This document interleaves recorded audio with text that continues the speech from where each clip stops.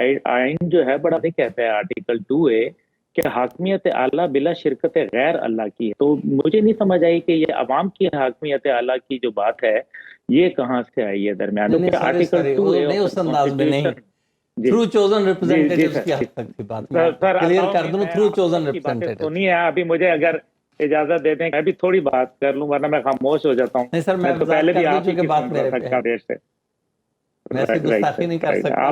آپ بولیں میں نہیں sir thank you. Right sir. تو دوسرا جو ہے میں زعیم قادری صاحب کو آج بہت ایک مختلف آدمی نظر آئے اور بہت اچھی بات کہی. انہوں نے دل کھول کے بات کی اور سچائی کے اوپر مبنی بات کی. دیکھیں یہ جو بات ہے نا کہ آپ نے کہا کہ آئین جو ہے وہ کیا ہے، تو آئین تو آپ دیکھ لیں کہ آئین کدھر ہے. آئین اس دن کدھر تھا جس دن تمام پارٹی نے یہ فیصلہ کیا کہ 90 دن کے بجائے 106 دن کے اوپر الیکشن لے جائیں. تو تب آئین جو ہے وہ خراب نہیں ہوا تھا. تب آئین کیا تھا؟ آئین کو روزانہ پامال کیا جا رہا ہے بیرسٹر صاحب. یہ ہے آئین کو صرف الیکشن کے تناظر میں نہ دیکھا جائے، آئین کو مختلف چیزوں میں دیکھا جائے. اور میں زعیم قادری صاحب کی بات سے بالکل اتفاق کے رائے رکھتا ہوں. اگر یہ اتنی ہی زبردست اور اتھینٹک بک ہوتی تو پھر مجھے یہ بتائیں اس میں ترمیم کیوں ہوتی؟ قرآن پاک میں تو ترمیم کبھی بھی نہیں ہوئی.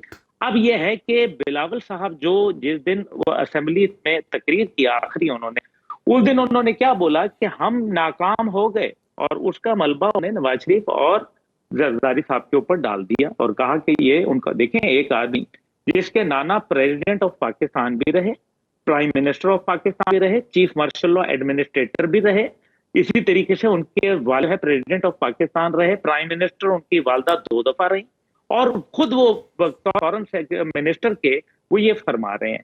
اس کا مطلب ہے کہ نظام بیٹھ گیا، اور نظام اگر بیٹھ گیا ہے تو پھر ہمیں اس نظام کے متبادل کچھ نہ کچھ فیصلہ کرنا پڑے گا عوام کے حوالے سے. میں تو زعیم صاحب سے بھی یہی پوچھ رہا تھا کہ متبادل کی جب وہ بات کرتے ہیں تو کیا آئیڈیا ہے ان کا، یہی آپ سے سوال. میں آپ بتاتا ہوں نا، میں گزارش کر رہا ہوں. اب اس کا آئیڈیا بڑا واضح ہے. قرآن اور سنت کے مطابقت کے اندر، کیونکہ آرٹیکل 227 یہ کہتا ہے قرآن اور سنت سے متضاد قانون نہیں بنے گا. اب اگر نہیں بنے گا تو وہ تمام قوانین جو متضاد ہیں ان کو ختم کر دیا جائے، اور اس کے بدلے میں جو ہے وہ آپ کو وہ اس کے تابع قرآن اور سنت کے آپ قوانین لے آئیں. یہ ایک سافٹ ریولوشن ہے. مثلاً کیا آپ کیا سمجھتے ہیں کیا ختم ہو جانا چاہیے؟ سب سے پہلے سود حرام ہے. سب سے پہلے سود حرام ہے. سود کے اللہ کے خلاف جنگ ہے. آپ اس کو جو ہے فیڈرل شریعت کورٹ اس پہ فیصلہ دے چکا ہے، آپ کیوں نہیں اس کے اوپر لے کے جاتے؟ کتنے لوگوں نے بل پاس کیا، ابھی یہ بلڈوز کر دیا بلوں کے ذریعے. ابھی یہ جاتے ہوئے بہاریں جو تھیں، اور پھر 126 بل تو میرے خیال میں پچھلی حکومت نے بھی پاس کیے تھے، اس میں کہیں اس بل کے اوپر بات کی کہ یہ سود حرام ہے، اللہ کے خلاف جنگ ہے، یہ نہیں ہونا چاہیے، ایکول رائٹس ہونے چاہیے. آپ نے کہا عوام الناس کے ووٹوں سے آتے ہیں. کون سے عوام الناس کے ووٹوں سے آتے ہیں؟ وہ جو تمام مینیپولیٹ ہوتے ہیں، وہ ہر جو الیکشن کمیشن جو ہے وہ انہانس کر دیتا ہے، اس لیے کیونکہ اگر ایک خاص سطح سے نیچے غالباً 27% ہے یا کتنا، اس سے ووٹ کا لیول نیچے گرے تو اچھا نل اینڈ وائڈ ہو جاتا ہے. Don't we know we leave in this Pakistan sir.